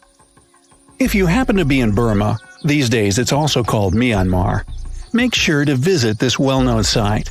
A gold leaf-covered boulder sits upon the edge of a cliff, and a small pagoda is built on top of it. The impressive thing about the rock is that it only lightly touches the cliff for support. In fact, it looks like the boulder will fall any minute now, but it has been standing like that for centuries. On top of that, the pagoda built upon it is not really a recent addition, so it's quite an unusual sight to see. The rock seems to be saying, "Gravity? I don't care about that stuff." The legend has it that what keeps the boulder in place is a single strand of Buddha's hair. Well, I don't know about that, but you can check out the rock for yourself and see that it's not attached to the cliff by anything. And yet, it's not budged for 2,500 years. Something must be at work here, huh? Stone of Damasco, Argentina. If there ever was a thing that said, "I defy gravity" out loud, it's the Stone of Damasco. The huge 300-ton boulder stands precariously on the edge of a cliff and rocks a little bit from side to side in the wind. People even checked it by putting glass bottles under one of its edges. They exploded with another movement of the rock. Unfortunately, today you can't see this wonder of nature as it was a century ago. In 1912, the boulder suddenly dropped from its perch, which it had occupied for literally hundreds of years. The people in the nearby town of Tandil were so sad about this event that 95 years later, in 2007, they decided to restore the stone. Well, not exactly put it together chip by chip. They made a plastic replica of the rock and put it on the same spot and even in the same position. So even today, coming by Tandil, you can see its famous balancing boulder. More of a symbol now, of course, because it's no longer rocking and only weighs 9 tons, but instantly recognizable nonetheless. Devil's Tower in Wyoming, USA. Remember this place from the movie Close Encounters of the Third Kind? If not, you should go watch it, but not right now. This place doesn't make you feel like you're witnessing some magic and doesn't really trick gravity right before your eyes. Sounds almost boring compared with the rest of the sites on my list, right? But the true mind-blowing feature of Devil's Tower is that scientists can't explain how it came to existence in the first place. You see, it's an 867-foot rock formation with walls so steep they're basically vertical. But that isn't even the main thing. This piece of stone just rose amid rolling plains of Wyoming with nothing like it for miles and miles around. So how is it that such a flat landscape could have suddenly given birth to something so tall? Theories abound, but nobody has the answer yet. My theory? Well, perhaps here is where the Earth has a giant outie belly button. Well then, you come up with a better theory. Oregon Vortex, USA. The House of Mystery in Gold Hill, Oregon amazes its visitors with gravity-defying effects. You can't stand straight there, always leaning to the side and having to hold on to something for balance. Balls roll upwards. And there's also a broom that stands perfectly still wherever you put it, unlike virtually everything else in this shack. The local Native American tribes called this place the Forbidden Ground, even before the house was built there, and they avoided approaching it. The owners of the shack, though, decided to turn it into an attraction, and they succeeded. They created an atmosphere of mystery around the place and spread the news about it in newspapers and later on the internet, and voila, a perfect anomaly is made. In fact, it's no more than a curiosity, a human-made optical illusion that tricks your eyes and other senses. Hudson Bay, Canada. Okay, we've talked about some pretty ambiguous stuff. But now it's time for the real deal, the Hudson Bay anomaly. This is probably the only place in the world where gravity is indeed lower than anywhere else on the planet. Even skeptics can't smirk at it because the difference has been measured with precision equipment. So, does it mean that the gravity here is as low as, say, on the moon then? Unfortunately, or is it luckily, I'm not sure yet, the difference is minuscule. The exact value is 0.005%, or 1/200%. You won't be able to feel it even if you try your hardest, but it's still there. Scientists say this anomaly exists because of the ice sheet that covered the area about 10,000 years ago. It compressed the rocks so much that they still can't fully recover, shifting the gravitational field in Hudson Bay. Sometime in the future, though, the gravity will return to normal in this area as well. No moonwalk for me then. Back in December 2012, a lot of people were freaking out over the idea that the world might end in some catastrophic event. And it was all thanks to the famous Maya calendar. This ancient way of tracking time had been the subject of endless speculation. But one of its biggest mysteries was definitely an 819-day count found in some versions of the calendar. No one could explain why it was there or how it worked, until recently, when a group of researchers from Cambridge might have finally cracked the code. First things first, how does the Maya calendar work? So the system the Maya civilization used to track days was based on something we now call the calendar round. Think of it like 3 interlocking gears. These are 3 cycles working together. The first is a 365-day solar year, known as Hab. The second is a cycle of 20 names. And the third is a cycle of 13 numbers, which forms a 260-day sacred calendar, called Solkeen. Just like we'd say something like December 25th, 2025, they named their days based on how these 3 cycles lined up. For example, here we have the day 3 Manic and the 14th of the month Hop. It takes 52 years for the 3 cycles to align in the same way again. After that, the days start repeating. But this is where things start to get more complicated and mysterious. On some Mayan monuments, we have also found enigmatic inscriptions pointing to the existence of another cycle, the 819-day count. There are about 20 examples of these inscriptions, mostly found in places like Palenque and Yaxchilan in Mexico. So it didn't seem random at all, and this calendar must have been hiding a big secret. Early research showed that the 819-day cycle was represented by one of 4 colors and the cardinal directions associated with them. Black was tied to the west, red to the east, white to the north, and yellow to the south. Researchers also discovered that this period of time could be broken down into 3 smaller cycles: one of 9 days, one of 7 days, and one of 13 days. Multiply them together, and you'd get 819 days.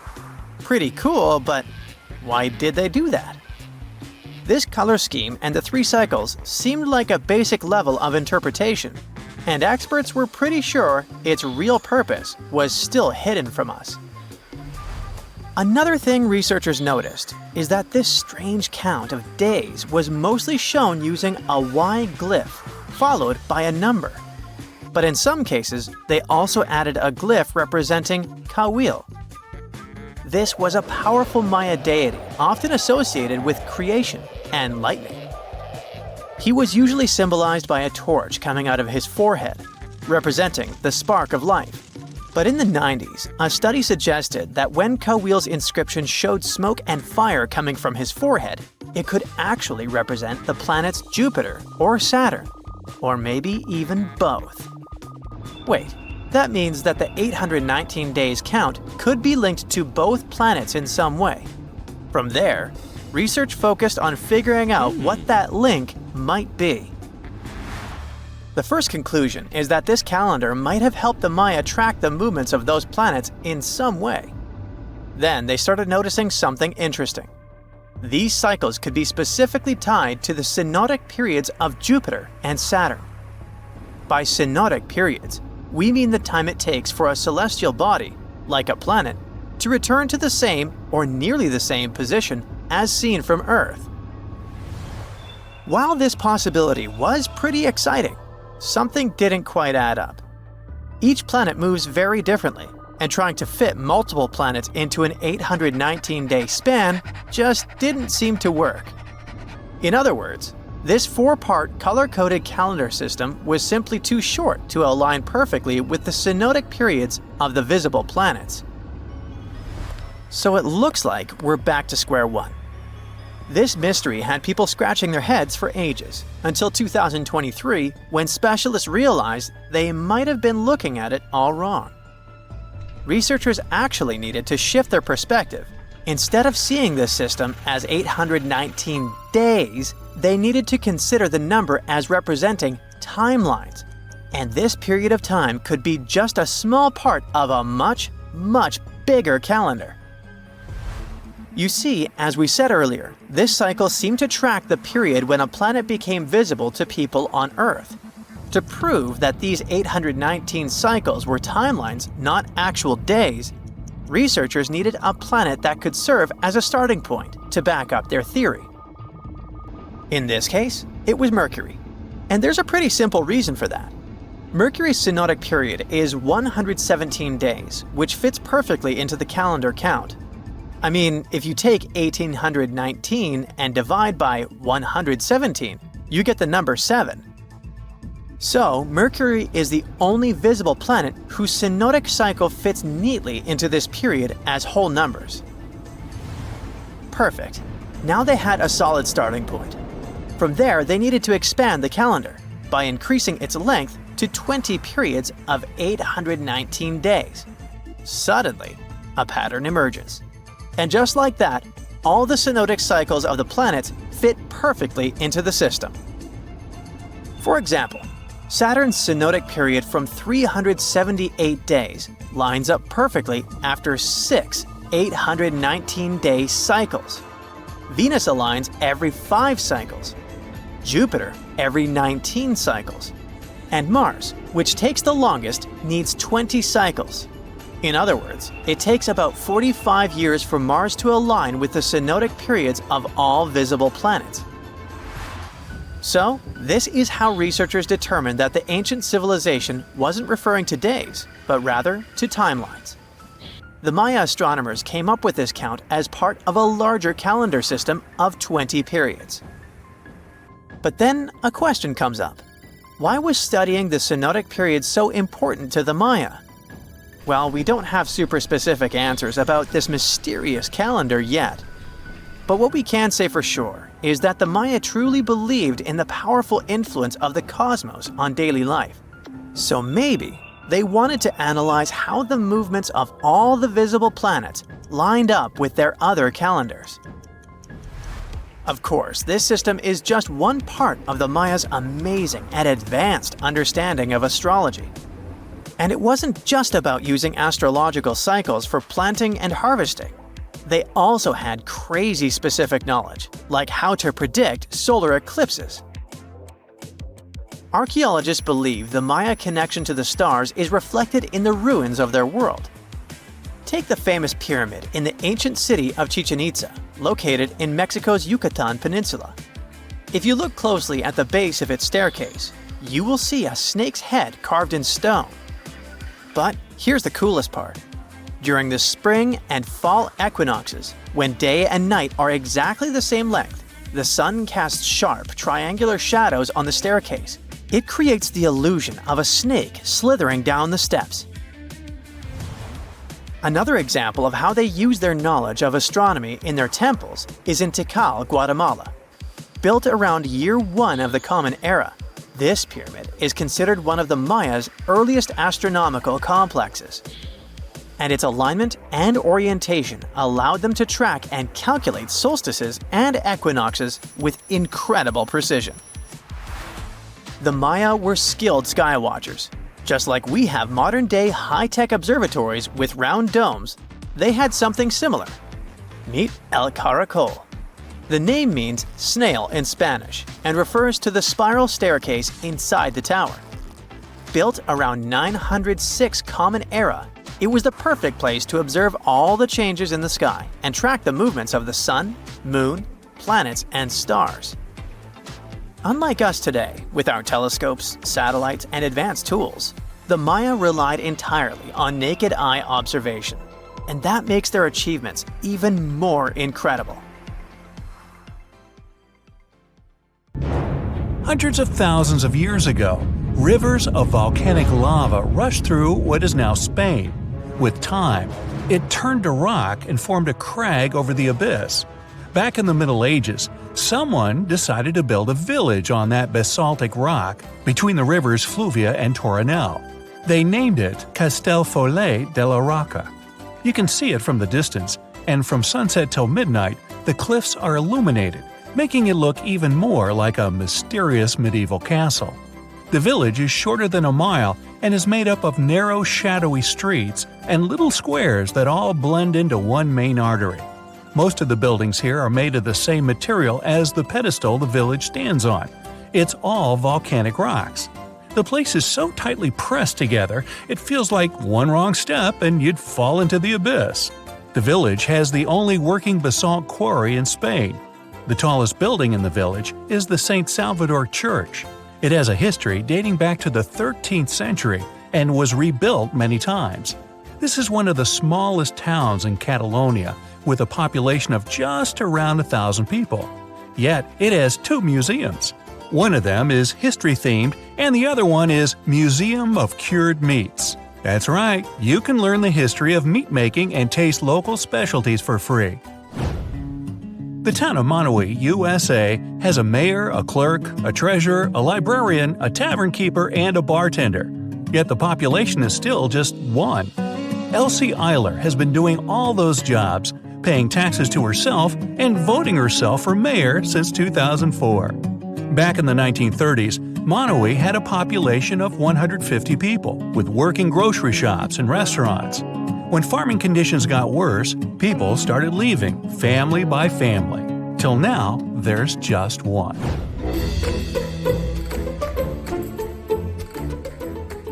Hey, you can save some good money on ceilings and back walls in this Spanish town.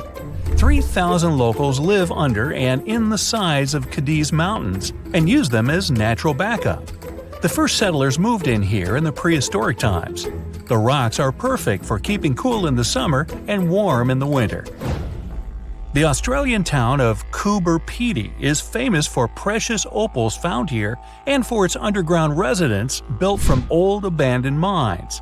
Back in the day, the miners could hardly work under the burning desert sun, so someone decided to put a tent directly in the mine.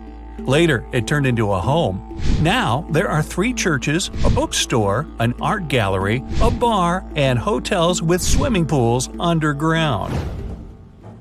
Moroccan Chefchaouen has become famous worldwide for its blue houses. The town was founded to stand against an outside invasion in the 15th century and was originally white. Some people believe it was painted blue to symbolize the skies, others to repel mosquitoes and prevent the spread of malaria. In either case, the locals are proud of it and regularly add a new layer of blue on their walls. Any cat lover in the world should put Aoshima, Japan on their bucket list. There are 6 times more cats than people on this cat island, with just about 15 humans and over 100 felines living there. There are no restaurants, hotels, or even cars in Aoshima. Tourists just come here for the purrs.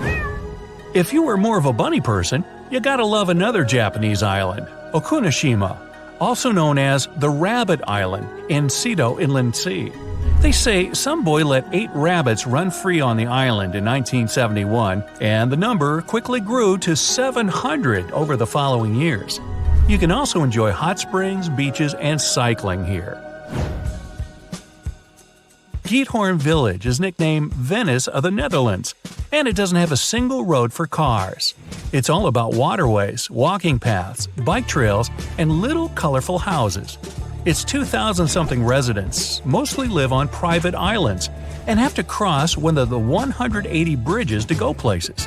That or a popular whisper boat with a tiny silent engine not to ruin the romantic atmosphere. Every place is unique, unless it's a well-made Chinese replica. Thames Town is a good proof of that. It was finished in 2006 with faux Victorian and faux Tudor buildings, fish and chip places, and red phone booths everywhere. The place is super popular for UK-themed wedding photo shoots. You can also find a replica of an Austrian village of Hallstatt, the Sphinx, the Eiffel Tower, and Venetian canals, all within China. The entire town of Whittier, Alaska, lives under one roof of a 14-story building of a former military barracks. That's 200 people, plus all the shops, a police station, a post office, a hospital, and a church. The idea behind all this is to save money on heating in the always cold climate, and let the people have everything they need in one place. This way, they don't have to face the strong winds outside. Residents and tourists in Miyakijima, a Japanese island in the Philippine Sea, never leave home without a gas mask. The place sits at the base of an active volcano, and there are always high levels of dangerous sulfur gas in the air. Ooh, that must smell good. Kidding. The locals are paid by the government to live here, and the tourists come for scuba diving and to watch dolphins and rare birds. Another dangerous place to live is in Pennsylvania. Centralia used to be a big coal mining center. Then somebody decided to do a landfill cleanup that led to a fire, and it's been burning for decades now. That and the sinkholes in the area turned the place into a ghost town with about 5 original brave residents left. The Italian village of Viganella was built right at the bottom of a deep valley and on the wrong side of the mountains. They cast a huge shadow and deprived the village of the sun for the entire winter.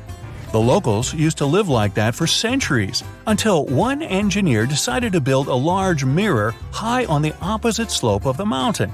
It's operated by a computer and reflects light on the central square of Viginella for at least 6 hours a day during the darkest months.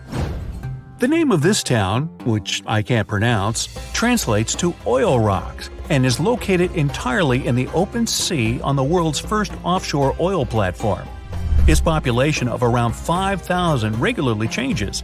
People come here in shifts for a few months. It has legit hotels, bakeries, recreation centers, and whatever else you'd expect to find in a regular town. Its future is unclear though. Once the oil reserves end, it will not likely stay afloat. The Japanese town of Nagoro is known as Scarecrow Village. The last children were born here over 20 years ago. It officially has less than 50 residents, but it feels complete thanks to 350 life-size human dolls. When a local lady came back here in 2000 to look after her aging father, she saw the empty streets, shops, and schools. To change that, she and her friends started making cute dolls to replace the residents. If you're looking for the most relaxed place in the world, you could try the villages in Florida. 2 important conditions to move here are: 1. There must be at least one person over 55 in your home, and 2. You have to leave behind any family members under 19. The most popular means of transport in the villages is a golf cart. There are all sorts of fun, free activities for the residents, so it's far from being boring. There are many places around the world where people live in caves in the side of mountains. Matmata in southern Tunisia stands out because the local Berbers make their own caves of sandstone. They've been digging large pits in the ground and then smaller caves for rooms inside for 1,000 years. Many locals still prefer this traditional housing option, even though there are more conventional houses on the surface. There's a village in India that gets more rainfall than any other place in the world. To adapt and survive somehow, the people of Mawsynram have learned to build natural living bridges that are made of rubber tree roots and don't rot as much as usual wooden structures. Those who work outside wear full-body umbrellas made of bamboo and banana leaves. There's a mysterious island that appears and disappears like magic. Just like Schrödinger's cat, this Schrödinger's island exists and doesn't exist at the same time. Officially it's called Sandy Island, and it once appeared in maps, but it was never there in real life. Australian scientists decided to solve the mystery once and for all by embarking on an adventure to find this elusive archipelago. But when they reached the coordinates, all they found was endless blue waves. It's like the island was playing a game of hide-and-seek with them. This story goes back to 1876. A whaling ship was crossing the area and reported an island. Whoever saw it said it was over 15 miles long north to south and around 3 miles wide, about the size of Manhattan, so not so tiny at all. But every time researchers went to visit the area, they found nothing. So in 1974, an official mission from New Caledonia declared that Sandy Island was simply not a thing and excluded it from all maps. People went on with their lives until they noticed that the island was appearing on Google Earth as a black blob. In 2012, another Australian expedition went out to check out the area to get some explanations. They had to write a eulogy for the long-lost island and explain what could have created this mess. For starters, mapping technology wasn't at its peak back in the 1900s. It was easy to get the coordinates wrong. Then there was the fact that the area is big on volcanic activities. It's likely that volcanic lava cooled down and created a raft of some kind.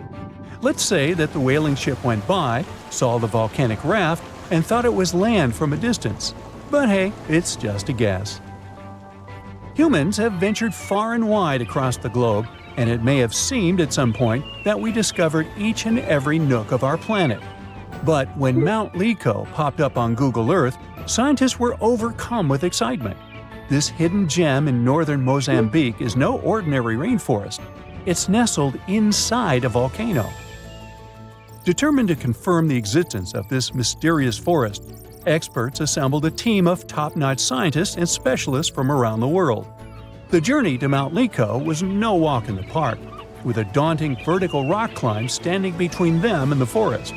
But after 6 years of planning and preparation, they were ready for the challenge.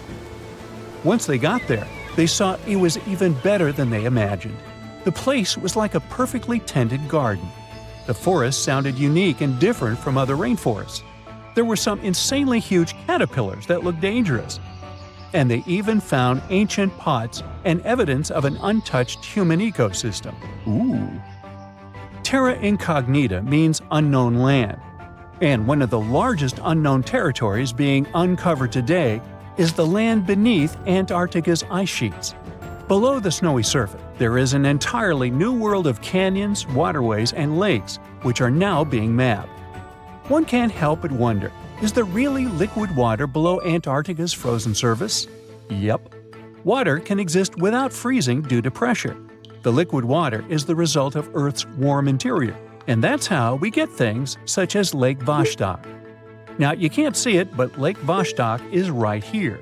Located in East Antarctica, it lies beneath 2.5 miles of thick ice. This huge lake is about 4,800 square miles. Humans could only discover it with the help of some top-notch technologies like seismic soundings and ice-penetrating radars. According to these scientists, it's likely that the lake has been there for up to 15 million years. Bhutan is on the map for, among other things, being the happiest country in all of Asia. But it kept a hidden gem for all these years, one of the world's tallest unclimbed mountains, Kunkar Pansum. Bhutan is enmeshed in the glorious Himalayan mountains. That's why the climbing community was beyond excited when they discovered an untouched mountain. Imagine being the first person to climb an unexplored peak. That would probably guarantee you a spot in the Guinness World Records for sure. The mountain has been untouched because of a Bhutanese law. For locals, the mountain peak is a sacred site, shrouded in mystery and legends. One of their beliefs is that the sacredness of climbing a mountain lies not in reaching its peak, but in truly communing with the mountain and enjoying the process.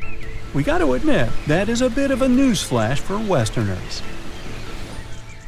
If you're ever in the state of New York, make sure you check out the Aglo General Store. You'll have to drive somewhere around the Catskills to find a beautiful, grand, big nothing. Aglo is one of America's most famous paper towns, aka a fake town. But this case is different from Sandy Island. Aglo Town never existed, and it wasn't a mistake. You see, there's an old copyright practice amongst map makers. They add in paper towns so they can know when someone is simply copy-pasting their work. What they didn't expect is that this would get completely out of hand. Some say that one day a guy picked up a map at a gas station that had Aglo Town marked in it. The person decided to open a store over there and named it Aglo General Store. Some say the guy who opened the store faced a lawsuit from the map makers. Anyways, it only lasted enough years to become a national joke. Americans drove from all over the U.S. to get a picture of the town's fake welcome sign. And then we've got Bermeja Island, located in the Gulf of Mexico. This funky island appeared on many maps of the 16th and 17th centuries. It was probably drawn by Spanish explorers.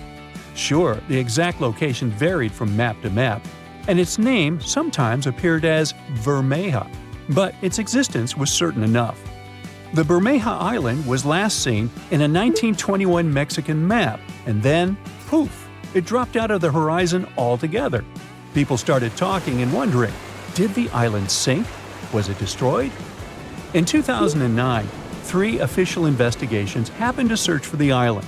They used high-tech technologies to scour the Mexican seabed, but Bermeja was nowhere. Researchers had multiple guesses on what it could be. Let's delve on one of these ideas. The idea was probably made up by old-day explorers to mislead their enemies in search of land and gold. Well, that seems plausible. Now, let's take a look at Rio de Janeiro. Once, the city was filled with informal territories. These places are known as slums or favelas. They're like mini-cities inside the big city. Some favelas are known to be underprivileged territories, where dwellers don't get the same urban perks as other citizens, such as the sewage system and garbage pickups. These slums grew so quickly that the government didn't have time to keep track of their developments. So today, it's usually the dwellers themselves that name the streets and make do with whatever they have at their disposal. One of the biggest slums in Brazil is located in Rio de Janeiro, the so-called Hacienda, and it was only recognized as a neighborhood by the local government in the 1990s. Our own ocean floor is less mapped than Venus, Mars, and the Moon. In fact, 95% of our oceans are unexplored. Strange, right? We do have the available technology, which is mainly sonar soundings, sending wave sounds to the ocean bed and registering what they hear back. One of the main advantages of mapping the seabed more thoroughly would be to get more insight to marine hazards such as earthquakes, tsunamis, and volcanic eruptions. Plus, there are so many unidentified marine life. This could give us a great insight into preservation and discovering the true dynamics of our marine ecosystems. The marble caves in Chile are one of the most far-off natural wonders of the world. The cathedral, the chapel, and the cave are the three main attractions. They're a group of black and white caverns, columns, and tunnels made of marble. Waves have been shaping them over thousands of years, and they're still going strong. The caves and turquoise water waves team up to make a sweet light show. When summer starts, an ordinary-looking river in Colombia transforms into a liquid rainbow. Caño Cristales, also known as the most beautiful river in the world, sparkles in 5 colors: red, black, green, blue, and yellow. It only looks like this for 6 months a year because of the special underwater plant that makes all those colors. It needs the perfect amount of sunshine and water to work its magic. The river in Dauki, India is a kayaker's dream. It's emerald and so transparent you can see all the way to the bottom. Bright pebbles, stones, and fish, the colorful fishing boats seem to be floating on glass. The only sounds you can hear are the swirling of the river and the occasional bird flying past. One of the cleanest villages in the world isn't far from the Emerald River. It has 3 street cleaners who work every day, even in heavy rain. The locals plant flowers and bushes all over the village, and cars aren't allowed. The parking fee for tourists is used to pay for more street cleaning. The cost of littering? A fine or even jail. Blue Lake in New Zealand is one of the world's clearest lakes. It's basically like looking at distilled water. You can even see blue-violet shades in it, which is super rare. The water comes from its neighbor, an icy glacier lake. The local Maori people don't let you swim there. You can't even dip your toes in. They believe the lake has special powers. Luscantire Beach is an endless stretch of white sand dunes and perfect blue water. But don't let the tropical vibe fool you. It's in Scotland.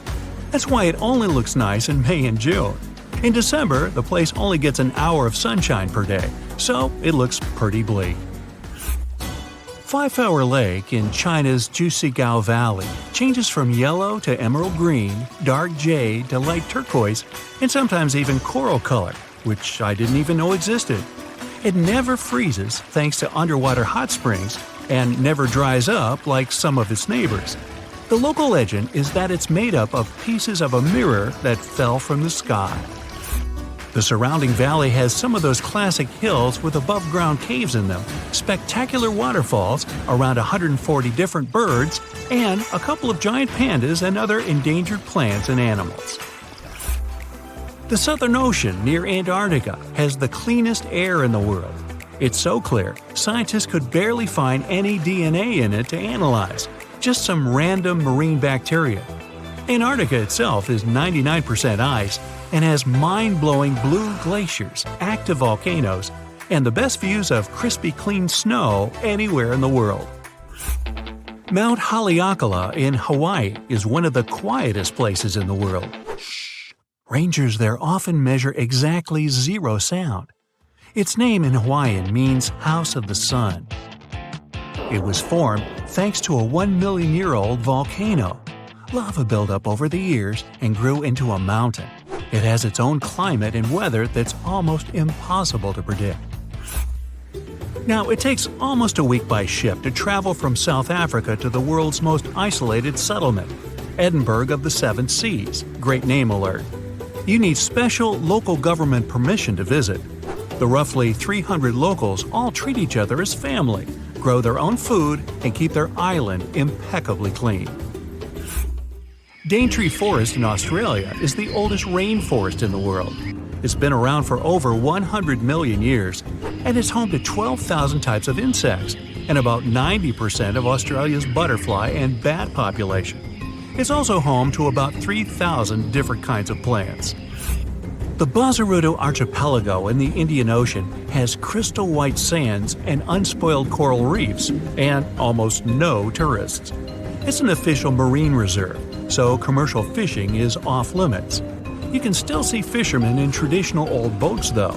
That's why the corals are still in perfect condition. Bazaruto is also home to some of the last remaining sea cows. A mysterious emerald bamboo grove is located a short train ride away from Kyoto. It's like a portal into another universe. The creaking and rustling sounds make it one of the top 100 soundscapes in Japan. Local artists make baskets, coasters, and chopstick rests, all out of bamboo. The Great Bear Rainforest in British Columbia is famous for its 1,000-year-old cedars, mossy waterfalls, water the color of granite, and crystal-clear streams. It's home to the rare cream-colored Kermode bear, also known as spirit bear.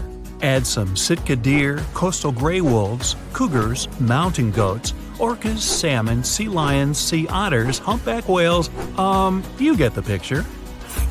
The secret of the candy floss pink sand beach in Barbuda is that it's made of crushed corals with tiny single-celled red things living beneath. You can see the famous pink shade when the waves are strong enough.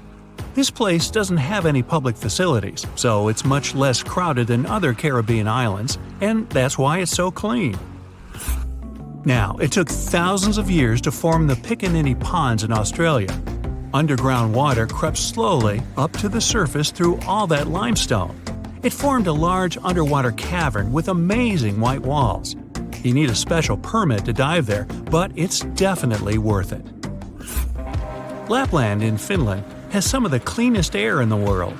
It also has those spectacular northern lights, snow-smothered trees, and endless white landscapes. The first humans arrived here around 7,000 years ago. They were mostly reindeer herders, and now there are more reindeer than there are people, and reindeer don't exactly pollute. The Plitvice Lakes National Park is one of the most popular tourist attractions in Croatia. It has 16 clear and colorful lakes, all connected by waterfalls. Deer, bears, wolves, boars, and rare birds roam around enjoying the unspoiled nature. It's a UNESCO World Heritage Site, so they gotta keep it clean. 60 million years ago, a big and angry volcano woke up in present-day Northern Ireland. It spat out a bunch of molten basalt, a special type of lava. It cooled and turned into 40,000 interlocking stepping stones leading down to the sea. Local legend says they're so perfectly shaped because they were made by an Irish giant. He had to build a road into the sea to get to his foe in Scotland. Vedas Surt in northern Iran has some unique travertine terraces, basically an epic staircase. It took thousands of years to form. Two different mineral hot springs flow downhill, leaving behind a jelly-like goo. It shaped the slope into a staircase when the water cooled, and the springs are still active. One has healing properties, the other shoots out dust that turns the water orange. When the sun comes out, it turns everything red, orange, and yellow. Bolivia's salty Laguna Colorada is a real magnet for worldly photographers. It gets its crimson red color from algae and rich minerals in the water. It's surrounded by high-altitude desert plain, volcanoes, boiling mud, drifting snow, and weirdly shaped rocks. It's home to 3 of the world's 6 species of flamingo that come here for their fill of plankton. Flamingos are actually born white, but turn pink because of all that red algae. The Enchanted River is one of the most pristine, hidden, natural gems of the Philippines. It's tucked in behind some mountains, and no one really knows where the water comes from. There are loads of colorful fish swimming around, but where do they come from? Where do they go? Nobody knows. The river looks shallow, but no one's ever managed to measure how deep it is. Only a few thrill-seeking tourists visit this mysterious river to dive into its caves. Pangong Lake in the Himalayas is the world's highest saltwater lake. It has no aquatic life because of its saltiness, but it's a perfect place for bird watching. When it's a little warmer, the lake's constantly changing colors between blue, green, and even red. In the winter, it's pretty much ice. For many years, we've been discussing things like flying cars, floating furniture, and even floating buildings. But what if I told you that the idea of anti-gravity isn't just some science fiction, but is a real and fascinating concept in physics, something that physicists are actually currently researching? So, what is anti-gravity, and when will we finally achieve it? Let's find out. Please, Mr. Music, give me some of that science fiction movie woo-woo music. Thanks. Imagine being able to fly to work or travel to other planets without feeling the effects of gravity. A world where you could levitate and make your household items defy the pull of gravity and float weightlessly in the air. Now you might think, I don't have to imagine. I know that astronauts live this way in Earth orbit. Duh. But it's not exactly the same. What astronauts experience in space is called zero or microgravity. It's a real phenomenon that we can actually experience. In zero gravity, objects are weightless and float because there's nothing pulling them down to the ground. However, anti-gravity is slightly different. It's not a lack of force, but a force in itself, a force that could counteract the force of gravity, essentially canceling it out. With this magical force, an object wouldn't be attracted to something massive like the Earth. It could actually repel it. This would allow objects to float freely in space or even move in the opposite direction of gravity. It sounds like something straight from science fiction, a way to defy the laws of physics and take us to the stars. From Star Wars to Star Trek, it's been a popular concept for many years. But could it be possible in real life? Is there actually a repulsive force that could counteract the effects of gravity? Scientists and philosophers have been discussing the idea of anti-gravity for centuries. However, it wasn't until the late 20th century that real progress was made in understanding the science behind it. And now, we're exploring the possibility of creating anti-gravity fields. So let's put on our scientific thinking caps and try to understand how it works. Let's start with the beloved and famous theory of general relativity. Picture yourself playing with a trampoline surrounded by toys. You know that if you jump, it will cause a dip in the trampoline, and the toys near that dip will start rolling towards it due to gravity. That's what Einstein's theory of general relativity tells us about the fabric of space-time and gravity. But what if the trampoline could stretch in ways we never imagined? What if it could also curve or bend backwards, repelling both you and the toys around you? That's the idea behind modified theories of general relativity. Some scientists have proposed adding extra dimensions to space-time or introducing new forces that could interact with matter in unexpected ways. However, as with all scientific theories, we'll need to conduct some experiments and collect data to know for sure. Okay, now let's pretend the universe is a big room filled with furniture. Scientists have discovered a mysterious invisible force pushing all the furniture away from each other, like a superpowered wind that makes everything float. They've named this force dark energy.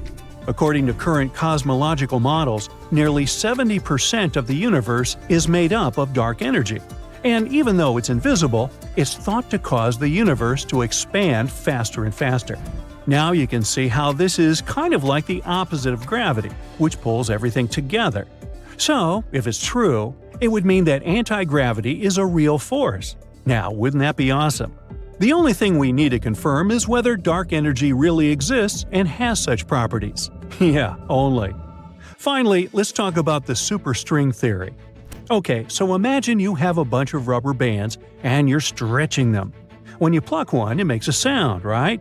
This is kind of like superstring theory. It says that everything in the universe is made of super tiny strings that are vibrating like those rubber bands. These strings can make the different forces of nature, like gravity, happen. And get this, Some scientists believe these strings exist in extra dimensions where they might be able to cause things to float away, like anti-gravity. You could see this idea in some cool movies like The Matrix and Interstellar. Overall, superstring theory may hold the key to understanding anti-gravity, but it's still a theory and needs further exploration. However, there's still much skepticism and criticism surrounding the idea of anti-gravity. Firstly, many scientists say that anti-gravity is impossible because it violates the fundamental laws of physics. For example, the law of conservation of energy. According to this law, energy cannot be created or destroyed, only transformed. But anti-gravity would require energy to be created from nothing. So if anti-gravity is confirmed one day, it will pose a great mystery. Critics also say that there is no direct evidence for anti-gravity. Although we've made some attempts to explain it using things like dark energy, they don't provide any direct proof. This has caused a huge debate among scientists as well as those attending Star Trek conventions. So while these theories are super fun and intriguing, they lack experimental evidence. But despite this, the idea of anti-gravity continues to capture the imagination of scientists and the public alike. Many researchers continue to work on experiments that could help us better understand this mysterious force. Whether or not anti-gravity will ever be confirmed, the journey is certainly fascinating. And if we one day confirm its existence, it'll certainly be worth it. The possibilities for technological advancements would be truly exciting. Here are a few things that could become a reality thanks to anti-gravity. First, space travel. Imagine being able to travel to the farthest reaches of the universe without the limitations of fuel or resources.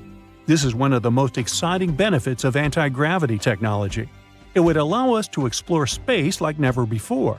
We could create things like anti-gravity propulsion systems or sustained fields, leading to new discoveries and opportunities for exploration. Second, energy production. We could use anti-gravity to generate energy in a new and revolutionary way. For example, if we could create a containment field that could sustain an anti-gravity state, we might be able to harness the energy of Earth's rotation. Wouldn't that be awesome?